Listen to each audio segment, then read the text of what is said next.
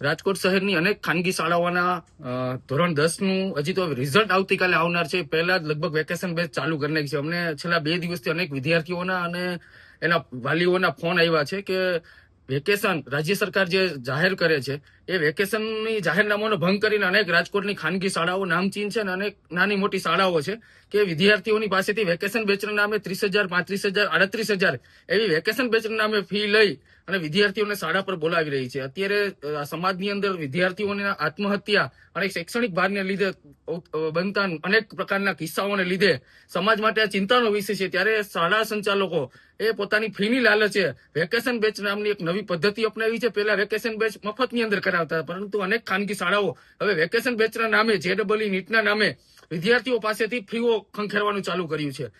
ગઈકાલે બરોડા DOએ આ પ્રકારનો પરિપત્ર કર્યો છે કે કોઈ પણ ખાનગી શાળા વેકેશન દરમિયાન ચાલુ રહેશે અથવા તો શૈક્ષણિક કાર્ય ચાલુ રહેશે તેની ઉપર કાર્યવાહી કરવામાં આવશે, દંડ આપવામાં આવશે, તેમજ DO દ્વારા શૈક્ષણિક જે ચેકિંગ આવે સરપ્રાઇઝ એ કરવામાં આવશે. એટલે આજે અમે રાજકોટ જિલ્લા શિક્ષણ અધિકારીની આ બાબતે રજૂઆત કરી છે કે છેલ્લા 2 દિવસથી અનેક વિદ્યાર્થીઓના અને વાલીઓના ફરિયાદ આવે છે કે ભાઈ વેકેશન એ વિદ્યાર્થીઓને પારિવારિક લાગણીઓ માટે અને બહાર ફરવા પરિવાર માટે જવા માટે તણાવ મુક્ત થવાનો સમય છે અને રાજ્ય સરકાર વેકેશન બહાર પાડતી હોય તો એના માટેનો કોઈ આશ્રય હોય, એના કોઈ કારણો હોય.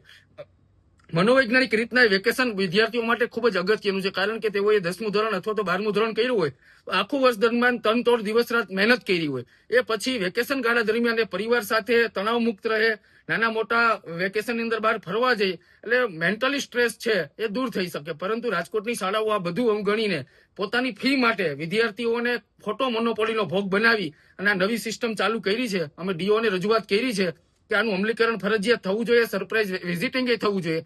જો આ નહીં થાય તો આવનારા સમયની અંદર જે શાળાઓ વેકેશનની અંદર ચાલુ હોય છે ત્યાં અમારે હલ્લાબોલની જરૂર પડશે તો અમે કરવાના છે.